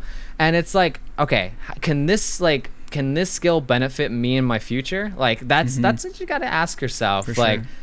You know, like, oh, like the gym. I want to go to the gym. That's going to keep me a healthy person, live longer. And I found out that the gym gives me energy for the streams, and I can put on a performance, or not a performance, but I can put on a show. Like my energy is through the roof, and I don't need coffee. I don't need anything.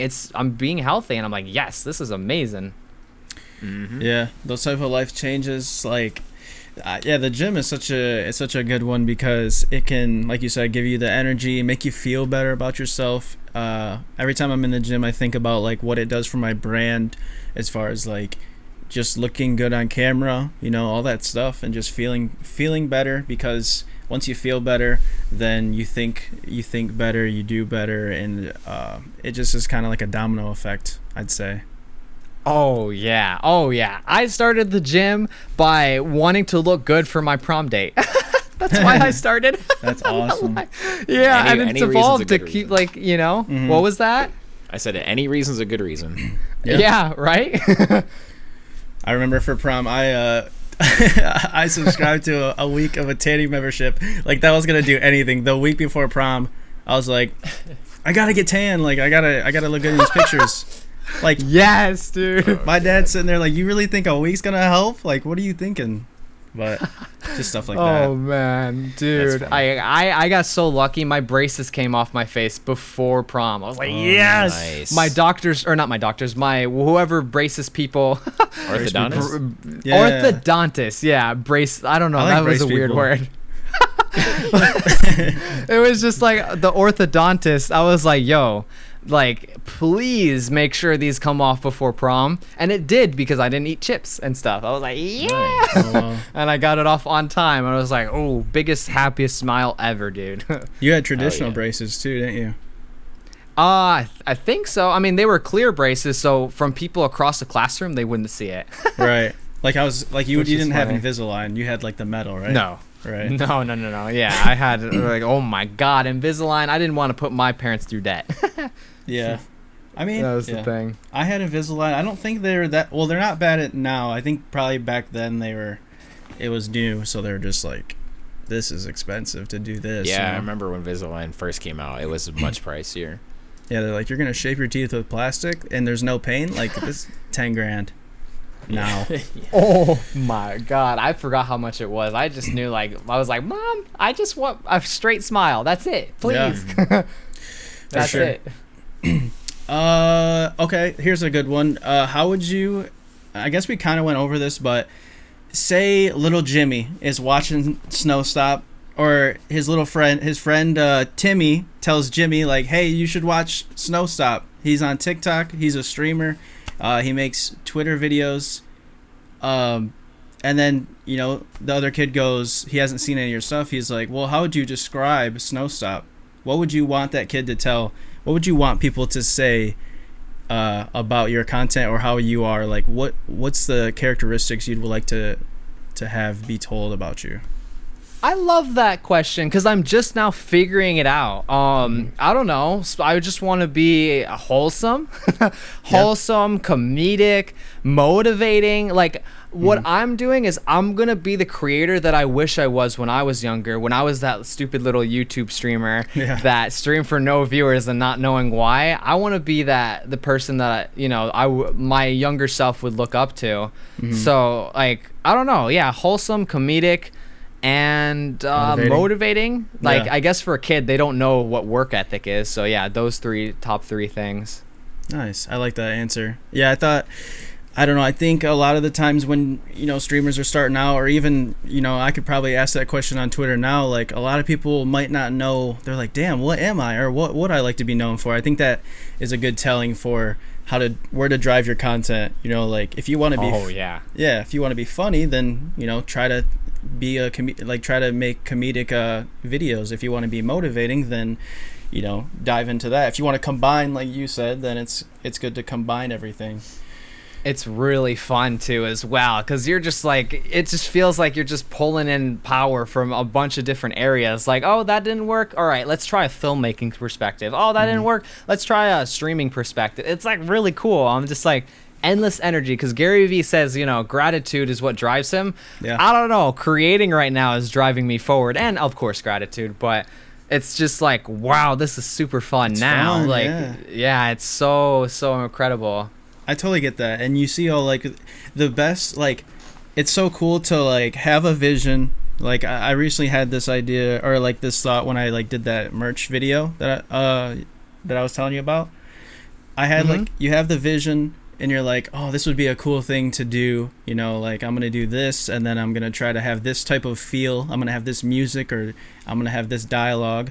And then you're like, I really hope, like, it turns out to what I envisioned it. And then it's all done. Then you see, like, that feedback from people, or you see it affected someone. Either they laughed, or they thought it was really cool, or it inspired them. That's, like, the real, like, oh shit, like, this was so worth it, you know? Yeah. That's what makes, that's what's always. And one key thing I need to say is, like, don't fall in love with your ideas, because if it fails, that's okay, you know, like, keep going. Like, consistent content has really been super beneficial for me, because now I plan out and schedule my TikToks, like, all right, 3 this weekend, and then I keep making the next ones, and like I'm trying to get ahead of schedule so then I can make a movie trailer, and you know, like, and then there's people like, wait, how is he doing all this? I'm just trying to like schedule myself. You don't have to, like, I used to do daily TikToks. Holy crap, when Christmas and Thanksgiving came around, you know, you have to be with family, that slammed in my face. I was like, okay, maybe I should stop doing daily and just like, you know, and then schedule it on an appropriate time. So I looked at my Twitter analytics and I was like, oh, it all happens like at this time, this day. All right. Because most people are off work on the weekend. So I was like, oh, makes sense. Off school, it's great. I'll have it be ready. And it's like I get time to edit and, you know, and develop my ideas, write a script, make characters. And I will on Mondays add it to the schedule as motivational TikToks once I get ahead. But motivation isn't popular on TikTok. We have to let the app grow first. Yeah, like being ahead of schedule, having like some type of way to like write down your ideas and be organized, like that makes such a big difference. Because if you're just called jumble brain all day and like you're just like, well, I'm gonna make a TikTok at this time, like you're not thinking. Like you want to be, you like having yourself organized is like one of the most important things, because then you can kind of make use of every hour you have, every minute you have in the day, you know. Yeah, because I'll be at school and then I'm like, oh, I forgot I tweeted that. Yeah. And I'm just like, or I scheduled that tweet. It lifts a huge weight off your shoulders, because then it's just like I can be a normal person, I can live in the moment, and you can just keep thinking of new ideas. Oh, someone fell down the stairs, let me tweet about that. Yeah. Like, no, I'm just kidding, but right. Like, I don't know. It's just like sometimes the best content's unexpected, and it's like, okay, but and one thing I just recently started experimenting with was like, what if I post behind the scenes of TikToks as extra content? And some people really liked it because a cop showed up while I was recording my. I was like, wait, what happened? I was like, oh shoot, but like, I don't know, man. It's getting really interesting. You got to do like whatever it takes to keep the interest going and not get stale, and make it fun for yourself, because you always come first. Yeah, if you're having fun, people can sense that. You know, they're humans and we're humans. At least that's what I think. I mean, Cicely might be an alien, but he is. Yeah, but they can sense like when you're having fun. So like it bleeds through your content and just like any other type of, you know, emotion. So that's definitely a key. Have fun with it. Yeah, because that's what's gonna keep you going like really, really hard. Because now I'm like creating like a snowball effect. Like I'm just like I'm thinking of great ideas and I put it out later. Yes. And then I might not like the idea the next day, so I delete it. It's okay, you know. I'm just like, that wasn't a good tweet. But you know, it's just because it's just like I didn't like the way I worded it, or now is not a good time because something happened on Twitter. And I'm like, oh shoot, like I don't want it to cross paths and make it look like I subtweeted. You have to be really careful because you can get called out at any time. And I'm like, wait, what? Like, oh, okay. That's so true. Like to write down your ideas, and like for me, I have a notes list of like literally it started like right when I got the app TikTok, but like it's up to like 100 ideas now, and like I'll go back if I'm like feeling like, oh shit, I can't think of an idea today. Let me look back on any of these and see if I'm in the right mindset for it, you know. Bro, my ideas are a huge list. I don't just write down ideas. I even take creators that are really standing out, and I take note of them. I follow them. I put their TikTok IRL like link, and I put it on the top of the TikTok. I was like, here, take inspiration from these people. They're really good at what they're doing. There's animators. There's people that are cooking. There's like medical professionals. I'm like, what? It's amazing. I love the variety because it's people and normal everyday people. Yeah. And it's just beautiful seeing them try it, and then they go viral, and they're like, oh, look at this, you know. And then the TikTok community can be so wholesome. Yeah. Like it's just like, wow, they support people who are from different backgrounds, and I'm like, bro, this app's amazing. Like I'm fully involved. If they add tweets like to TikTok, like posts, bro, that will get me really involved. Like I will be in love with TikTok if they just add little text posts. That's just super simple. And YouTube did it, which was like, what? YouTube? But they did it with their creators. You never know what's gonna happen. Like I remember someone wanted my perspective on TikTok. I'm like, and they scheduled the podcast to be 3 months from now. I was like, you know, the app's gonna completely change in 3 months. And she's like, okay, we'll do it next week. I was like, yeah. Like it was just funny because we don't know what's gonna happen or when. You just got to keep, like, I didn't know Ninja and Tim the Tatman would come, and now that means I'm at a gap, not a gap, I'm at a follow gap where it's at 5,000. Even if I'm on the For You page, I don't go up because there's only so many streamers. Now that Ninja, Tim the Tatman, and whoever's on, that's a new audience for me to entertain. Yeah, the opportunity in that app is like insane. Like every day I'm thinking of like what I could do on TikTok, or at least, you know, it's somewhere in my brain where I'm like, all right, I have to focus on this more than anything probably right now. So I'm gonna bring some knowledge from a book I'm currently reading. It's called The One Thing. We think being busy is the same as being productive. That's a lie.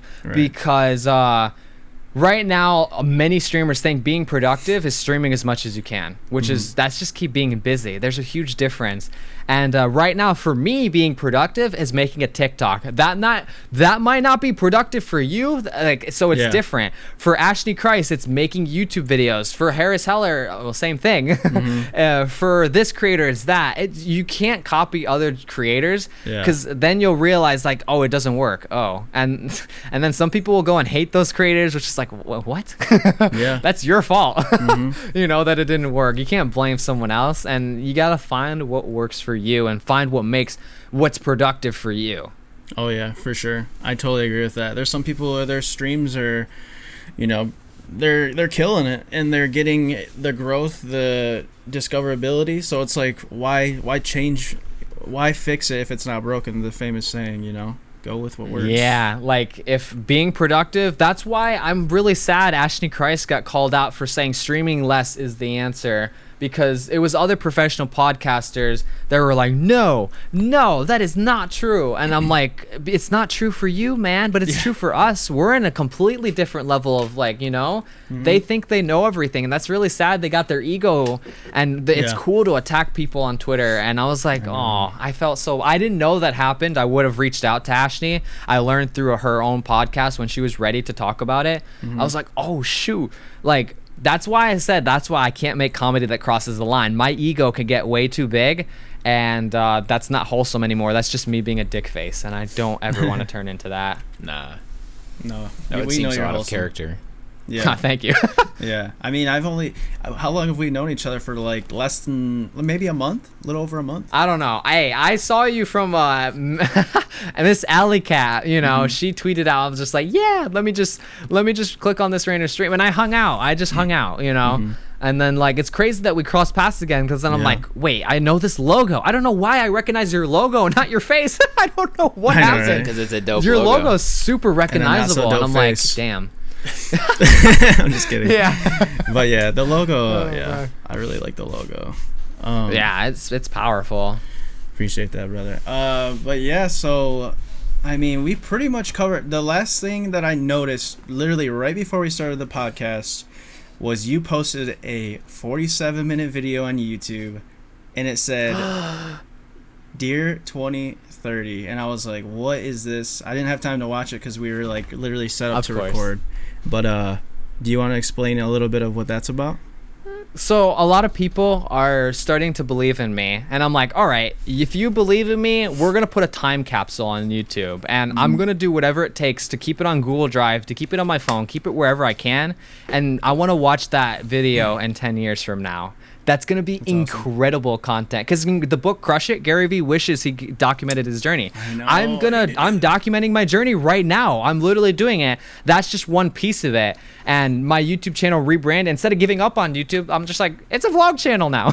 Yeah. And I just put little effort, and I can document I'm 21 now, 21-year-old SnowStop and the journey and how I've changed and how I've evolved. And it can help someone. I don't care who watches it. I didn't know you saw it. I was just like, hey, this is cool content, because I'm just like, I don't know, I'm freaking Marty McFly now. Right. Which is what I wanted to see it as. It's just I'm having fun with my content, and it's just like, whoa, that's unexpected. No one has done that before.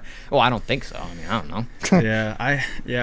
I have something that because I remember I was watching Gary Vee, and he said literally to just document everything, the process, because people love to see you start from the rags and go to the riches. They love to see like the journey when like the dirt. You know how like you have the sneakers, like the they clouds like and dirt. Yeah, they love to see like the beginning of it. So I've been like thinking for a while like just how I could do that. But I really like that idea how you did the time capsule. It's neat. I'm so happy I did that. And perfect timing, 21st birthday. Hey, some 21-year-olds are out drinking. I'm out here building my future, man. Oh, yeah, dude. Which is kind of fun. Like, birthday. Yeah, that's a very unique 21st birthday idea. I'm like, ooh, I like this. And I now have self-confidence that like this will be good content in the future. I'll be like, oh, because YouTube taught me like YouTube streaming saves everything you do. So I have my first few live streams unlisted, and I have content for my 5-year anniversary. I can look through and be like, look guys, this is where I started. Yeah. Because now people, I'm happy about this. People are starting to attack me like, you don't know what it's like to have 0.7 viewers. I'm like, motherfucker. Right. I have all this footage of me talking to myself, or me sitting silently playing Fortnite, me sitting silently like playing Advanced Warfare from Call of Duty way back in the day. Like, it's a long journey, like you can't judge someone based on their first impression, because there's a whole backstory behind someone. Yeah, it's a grind for sure. Like, unless you had some type of like name or celebrity status before Twitch, like you're gonna start at zero. So yeah, it's and you have to figure out how, like, how the fuck what are people gonna know you for? Yeah. And once Ashley told me, I was like, oh, TikTok. And she's like, run with it, go. I'm like, yeah, all right, let's go.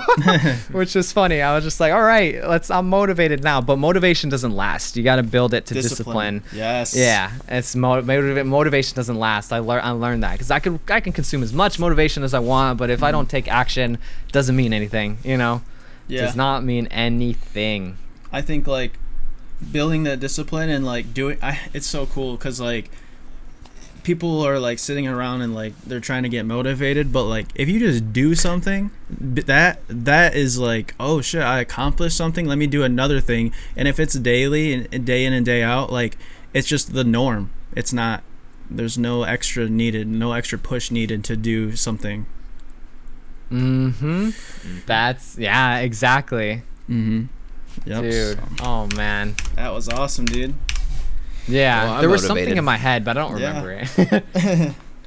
I mean, I pretty much covered everything I had on here. Do you have anything that you wanted to say or ask, Sean? No, we covered everything that I wanted to get to and more. So, last quick thing: how did your mom become an emo? Oh yes.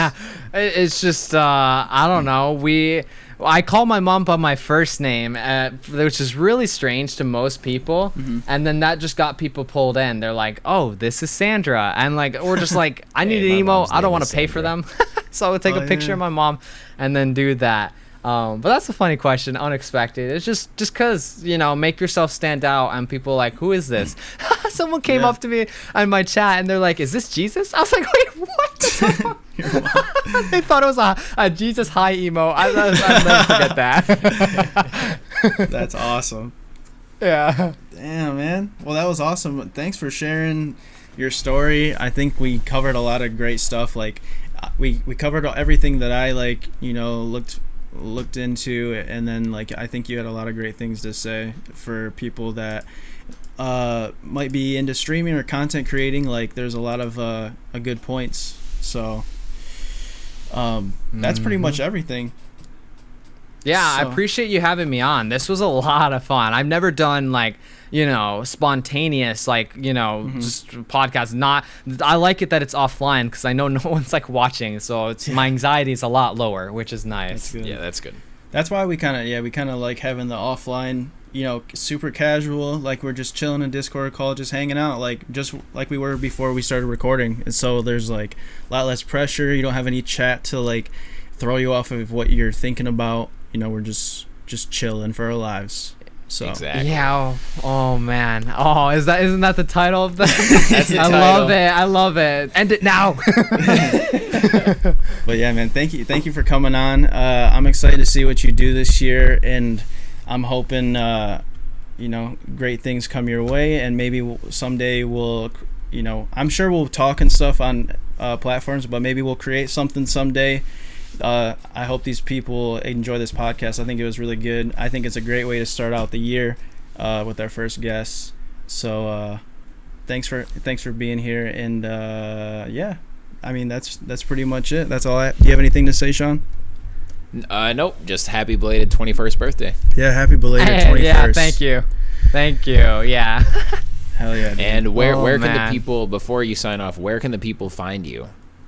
Most of my social media, everything beside Twitch, is at SnowStop TV. Snow like the weather, stop like the stop sign, and TV at the end for everything but Twitch. Twitch, I claim SnowStop. I might change it to SnowStop TV, but I want to start my big plans first before I call myself SnowStop TV. I got things up my sleeve. I'm really excited for a lot of big dreams that now I have, that my own negative self-talk is not is not holding me back anymore. Thanks to Twitter, thanks to TikTok, just those two worlds. They've helped me defeat the negative voice in my head, and it's time for me to shine, you know. Hell yeah. We'll have all your socials in the description. People will be able to find you. Check this man out. He is about to do some big things. Thanks for stopping by and chilling for our lives, brother. All right, appreciate it. All right, me and Mike and I are gonna wrap up the episode like we usually do, but that's the interview, man. Thank you. Yeah, man. Thank you very much. Oh yeah, of course. All right, welcome back, guys. Hope you guys enjoyed. That was SnowStop. What'd you think? I thought it went really well. I thought you asked him some great questions. I thought he was an awesome guest. He always has something to say, and like something like meaningful, and like it had like merit to it and weight behind it. He wasn't just like just talk, you know. I thought it was I thought it went I thought no. I thought it went really well. Yeah, he was that was an awesome way to start out 2020. Like we said, we're trying to bring in, you know, new guests that have stuff to say, or they have the entertainment value, or people that we just really connect with. All right, so we did that. Let's have some rapid fire questions. Do you want to go first? Or you want me to? Let's do it. And real quick, before we continue, just make sure to please follow him on all of his stuff. I know he shouted it out at the end there, like his Twitter and his TikTok and all that stuff. But you guys heard like how passionate he was about all that stuff. So please drop him a follow. And if you want, tell him Chillin' for Our Lives sent him there, or sent you there. Yeah, that'll be major. Yeah. If you guys do that, we can right off the start prove that we're about to be, you know, the hookup. Really making it. Yeah, we'll make an impact on people's day. You can make his day saying that. So yeah, because like if you enjoyed the interview, then you know just hook him up. He's a great dude. So hit him with a follow. Yeah, very wholesome. All right. What is your go? I know you don't typically frequent a karaoke bar, but if you went to a karaoke bar, what would be your karaoke song? Damn, that's a good question. Probably I'ma Fuck With You by Lil Esco 28. Oh my god. No, I don't know, like Hot in Here, or like some type of like classic. Okay, Hot in Here is a good one. What about you? So the song I feel like I can sing the best is Nightmare by Avenged Sevenfold, but I wouldn't light up except for that first note. I can't get that Nightmare. I can't do that. That's a little out of my range. But I wouldn't. That song definitely doesn't light up the club, you know. So if I had to go a song that I think I would kill, and like that would actually be like worth doing in front of people, probably like a rap song like Hot in Here would be good. Like maybe something by Eminem would be. I know his songs don't light up the club either, but I'd be able to pull it off. But I don't know, like The Call by Backstreet Boys I think would be good. Nice. Because I feel like I can do that song pretty well. Get my boy band voice on, and so yeah, I know it well enough to be able to like perform it instead of just like stand there and sing it. Yeah, you want to give them. You got to give the people what they want, a performance. Exactly. No, I know what you'd perform or what song you would sing. One of yours. Oh yeah, would that be karaoke then? I mean, I don't know. It's good music, so. Hey, thank you. That's all that matters. What is your dream car? My dream car, I don't know if they even make these anymore. The only time, I'm not a big car person. The only time I've ever really said, like, I'm going to grow up and get rich and buy this car was back in the mid-2000s. I really wanted to own a Lamborghini Murcielago. So I don't even know if, like, Murcielagos are, like, still made. Obviously, I know Lamborghini is still a car. But whatever the hot, coolest-looking Lamborghini is when I get enough money to buy one is my dream car.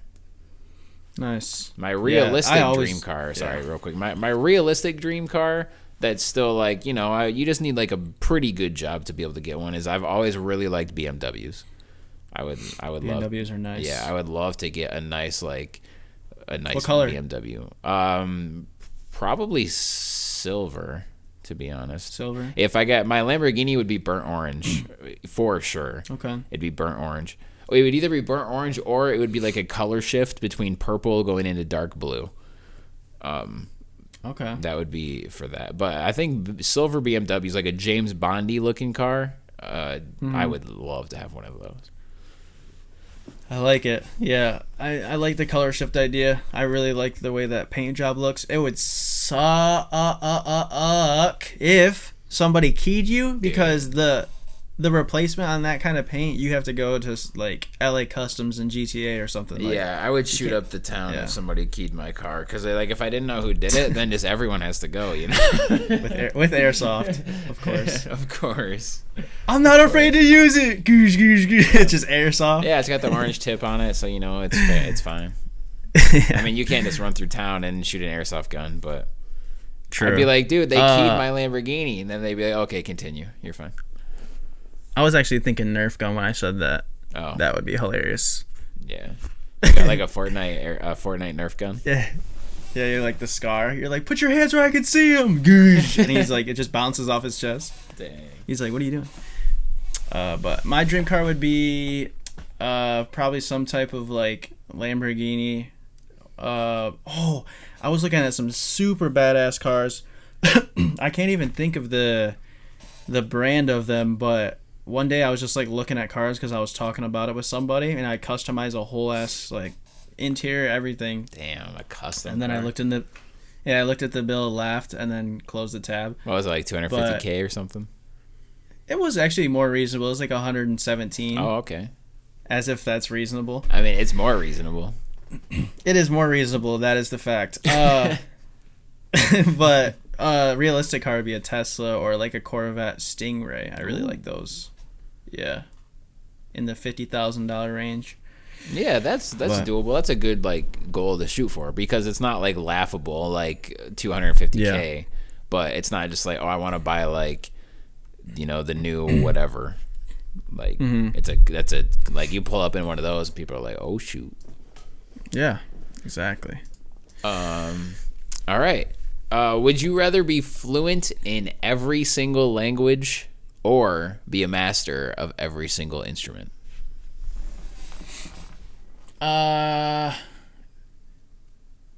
Instrument would definitely help my career way more than language. Yeah. Language would help if I wanted to travel, which I'm not a huge on traveling. Like, it'd be cool, but like that and dating life. Like, if you're speaking like Spanish to some girl or like French or like always switching it up to whatever you need to, like that would be attractive. Panties but like I don't need that. On the French. Yeah, maybe. Yeah. But Omelette the musical fromage. instrument. Yeah, the musical instrument would help a lot with like content. For sure. Every time, dude. I was in Walmart, or I was in some store like the other day, and I was like looking at stuff, and I was like, "What? How can I make a video with this? Like, you idiot! Get out of the dog food aisle! Like, what are you doing? You know?" Yeah, it's like that. it's just in your brain now. It's just always like, whatever you're doing, like, how could this be content? Always, dude. It just consumes me. I know what your answer is. Yeah, mine's easy. I do like if you weigh the pros and cons though. Like being fluent in every language would be your job potential would skyrocket. Like you could. So many different companies would love to have someone they could literally send anywhere and be like, sell our product, and you can nail it. So like, Yeah. and yeah, you'd be able to travel anywhere and be completely cool with everybody. Like you could, order food, go shopping, anything. It would be like really, really cool to have that. And I mean, it could be really cool content too. Like you could, make a video of having like a conversation with 5 different people, and they're all you, and they're all speaking a different language. I don't know. True. But yeah, I mean, being a master of every instrument would just like the kind of songs I could create would be insane. Yeah. So if you had top of the line instruments too, oh my gosh. Yeah, you'd be able to like, you could do anything. You go play one concert. Yeah, you go play one concert, and that pays for like all of like the software that you need or features you got to pay for. Yep. You know. Yep. So, okay, and then the final question I have. This sounds super broad, but let's see if we can tailor it down. What impresses you? And we can go with in maybe entertainment or music, or we could go with like within a girl. What? Ooh. How about that? We'll do a girl first. What impresses you about someone? Like what's a trait or a talent or something they do? Oh man. First date. Let's see. I don't know why, but I feel like this could get toxic quick. So I'm trying to be careful. Yeah. Okay. You're like big tits, fat ass. It's such a guy answer. Wait, what? No, I know you wouldn't say that. It's like if a guy was like big tits, fat ass, like of course. such a guy answer. Of course. Besides those obvious answers. No. But like, what impresses you? Right. Okay. Okay. Please just take this in like the best way. I'm gonna try to explain this in a nice, all right, great, so we're gonna cut this way. out. No. No. This is. I feel like it's good, but it's just it's 2020. Like sensitivity is a complete Wild West. I have no idea. But a girl. Okay, so guys tend to be like more into like pop culture-y things and know like something specific. Like, yes, I'm an Eminem fan. Let me list his entire discography track by track in order from his first song in 1997 to his last song in 2018, right? So like if a girl tells me, yes, I love Star Wars, and then she can tell me some super nerdy ass detail and to show me like, damn, she really likes Star Wars, that impresses me. So like, I mean, that's not a bad answer. No, I know, but you're gonna be because there's also the stigma of when a girl is like, oh yeah, I like Dr. Dre, and like, oh yeah, well you don't even know his mother's cousin's daughter's toothbrush brand. It's like true. Yeah, so I promise I'm not everyone trying to knows go that. there. Right. I mean that's common knowledge, but I'm trying to not go there. Yeah, I know what you mean. But yeah, it's just saying, if I'm on their first date and I can tell like, wow, she's really passionate about this. Like that's impressive. I like that a lot. You're like a girl that's passionate, or like someone that is into something that you're into, but they're really into it. So you're like, oh, like something we can bond over. Yeah. For me, I would say I like someone who. Oh, this is so easy. I like what impresses me is if a girl has, or if someone, even a person I meet that I want to be friends with, if they have a great sense of humor and they can like feed off of my energy and like a joke I say or some type of like skit we do or whatever, like if they can play off of my personality and make me laugh, like that impresses me. As like it could be on a date, it could be a content creator that I'm friends with, it could be a guy that I'm friends with. Like that really builds a connection when someone's like good sense of humor. I love that. Yeah, that's the best. Yeah. Something else in the Han real quick, non-girl related. Something that impresses me when a person can just like be in a social environment and just like interact with everyone so well, and just being like an extroverted social, kills it in every social situation. He can like instantly he or she can just nail small talk with everybody and just like work their way through a room and just like meet people and make like a lasting impression. Because I'm always the person in the corner, either not caring about a single thing that's happening or just trying to blend in until it's over with, or watching that person So Yeah. like if I can notice a person do that and then leave or just like exist in the room now after just being and just killing it the whole time, like that shit is super impressive. I don't wish that was me, but I like it impresses the hell out of me. Yeah, I know what you mean. It's all about like you're like it's everything starts within you. So like their mindset and like the vibe that they give off, the warm smile, the attitude, what they are feeling and their body, like their whole body energy, their like mannerisms, their body language, like I feel like all of that just kind of gives like a warm welcome. And it's most of the time it's hereditary. Like their mom or their dad might be like that. So they just get it and they don't even realize it's happening. Yeah, I feel like it's something that can definitely be worked on and like you can get better at it, but so much of it seems so natural where it's like they don't realize they're doing it. They're not like, I'm about to go into this room and freaking kill it. You know, they just like, that's just how they are. Yeah, I totally get what you're saying. Like I've known people like that before and it's just like, oh shit. Like it's like the amount of progress I've made from like content creation, streaming and YouTube and like podcasting now and like, oh my gosh, I was such an introvert in like high school and even like a couple years out of high school, but like my personality has changed so much as I'm just like open to talk to people and I'm glad that it's changed. But I mean, it's all about like who you want to be, really. Yep. So that's why I think that our podcast works, because like we're different in the way. Like our personalities are so different. So, I mean, we it's crazy we've been friends for so long though. I think because we're so late. Like the whole theme of the podcast, Chillin, like that describes our personality. Like we like to have a good time, but like we don't like step on each other's toes or like we're really just laid back. Yep. So it just works. So, but yeah, that was the second episode of Chillin' for Our Lives. We had SnowStop. It was the second episode of 2020, but the 14th episode overall. Did I say of the Chillin' for Our Lives? Yeah, you just said second episode of Chillin' for Our Lives. Well, 2020 can't count. We'll try next year. And fucking now. But yeah, 14th episode, second of the year. We had our second guest. Be on the lookout for more guests in the future. We're not gonna. We might tease a guest after we record, but like we said, we're not gonna like be like, all right, we're gonna have someone, because like schedules happen, stuff happens. We're going with the flow. Yep. So, hope you guys enjoyed. Those audio listens have been grinding. I appreciate you guys for listening on the audio, watching the video. The 5-star reviews on Apple. We only talk about this like this is like the third time, but that's like such a big thing for us. If you 5-star us rating on Apple, that's huge. Yes. Sharing the podcast.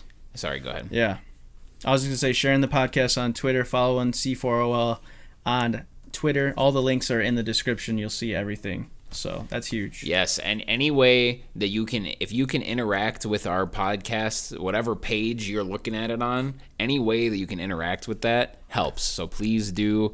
We don't typically, I don't like to beg or just like shill too much for impressions or whatever, but it's what you got to do. So if you could like the YouTube video, leave a comment, share it, retweet it, 5-star on Apple, like Mike said, follow on Spotify, anything and everything. If you really like it, it would help us a lot, and we'd thank the hell out of you forever.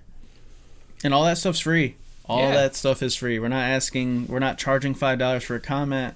It takes 3 seconds, and it means the world to us. So I mean, we see it. We see the analytics. Yeah. Yep. So we appreciate it. Yep. I mean, you listening is also more than enough. We appreciate that too. That's the biggest thing. Yeah, but that's just going like one step a little above that helps us out tremendously. And that's it. You'll make our day, our week, everything. Thank you guys for sticking with us. This was Chillin' for Our Lives, episode 14. We'll see you on 15. Have a great rest of your week. And we got to come up with a slogan, or I got to come up with a slogan at the end, but hope you guys have a wonderful week. We'll see you next time. Peace.